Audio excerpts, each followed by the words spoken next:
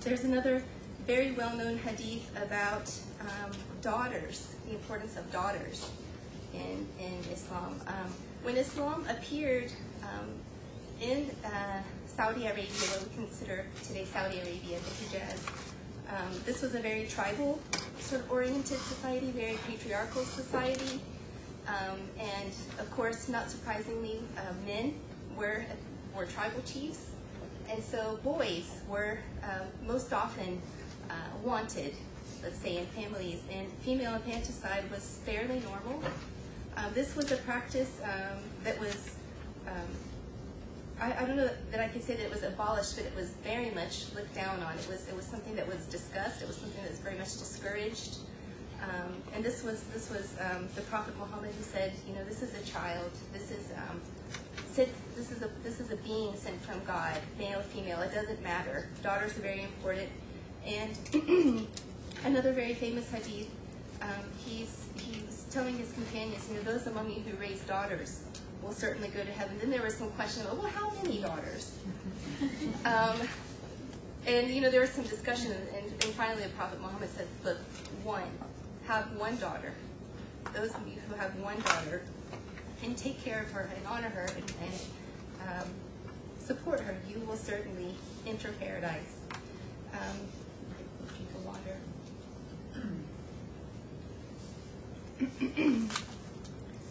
I think one of my favorite women in the Islamic tradition, and there are many from whom we might select, is Khadija. She was the first wife of the Prophet Muhammad. They were married for about 24 years. She is very much unlike the Virgin Mary in almost every way possible. She was 40, a wealthy widower, and she met the Prophet Muhammad, who was not the prophet yet. He was actually 5 minutes left, okay. He was working for her, and she proposed to him in marriage. And this is actually how this marriage began. She was the first Muslim. She donated all of her worldly belongings to the cause of Islam. What else can I say about her? There's so much to say about her. She believed the Prophet Muhammad. He thought that he might have been losing his mind. He was not expecting to be a prophet. He was more or less an orphan whose parents died very young, and he was a person who knew what it was like to be sort of at the bottom of the social ladder. He was not expecting to be the prophet of this new religion. She believed him. She said, no, I can believe that you are this special person. Since I have just 5 minutes, I think I'll probably go ahead and skip over a lot of what I wanted to say about the veil, except this, and that is that we know from biblical archaeology that head coverings were associated with societies as far back as the ancient Assyrians and Hammurabi's code. The scarf was more or less a public symbol for a woman being married. I think it's interesting that all three of the Abrahamic traditions, in some way, modesty is very important to them, and this is something that's probably predated monotheism in general. I have a lot more to say about that, but maybe I'll leave that for the Q&A. To just talk a little bit about a couple of different countries. Saudi Arabia, I think, is one that inspires a lot of stereotypes, so I thought I might start there. You might not realize that most of the educated people in Saudi Arabia are actually women. They hold a pretty good bit of capital and land. They don't drive. They are driven. There's some days that I would like to be driven, I have to say. I live in Houston, and I commute about 4 hours a day. They have recently got the right to vote, but that does not mean to suggest that they don't have power in other ways. And Turkey is a country that has gone very far down the secular path, more so than maybe other Muslim countries in the world. They gained the right to vote before many European countries. They had fighter pilots before other countries had fighter pilots, women and female fighter pilots. And there's so much to say about Turkey.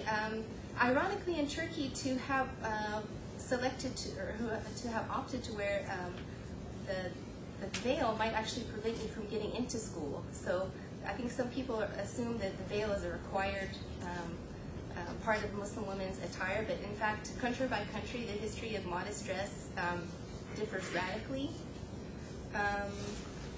Let's see, Egypt. There's a lot to say about Egypt. We've just witnessed this historic change of power in most of the Arab world.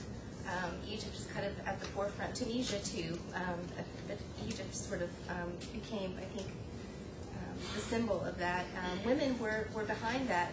There's a woman, I'm forgetting her name now. Let me check. Asma Mahfouz, sorry. She, a 23, 24-year-old woman, recorded herself at home. She was fed up with the regime of Hosni Mubarak. She recorded herself and said, look guys, you're a bunch of cowards and you've got to protect your sisters and your mothers and your grandmothers, and you've got to go stand out there, even if it's scary. That's what you've got to do, because that's what God says you've got to do, and you've been slacking in your religious duty to uphold truth. She's referred to as the girl who inspired the Arab Spring in some ways. She's, if you look her up on YouTube, there are several different clips that are dubbed, subtitled, and she will probably give you goosebumps. There are a number of Muslim countries around the world who've had female leadership at its highest level, yet we still have not had that here, which is sort of interesting. I think I've run out of time, but before I sit down, I just want to acknowledge Kamile Dindar Yaja and her husband Hakan Yaja from the Turkish American community, and it's thanks to them that we're here today, and I just appreciate the opportunity that they've given all of us to come together and have a dialogue, and I'm happy to take any questions that you have. Thank you very much.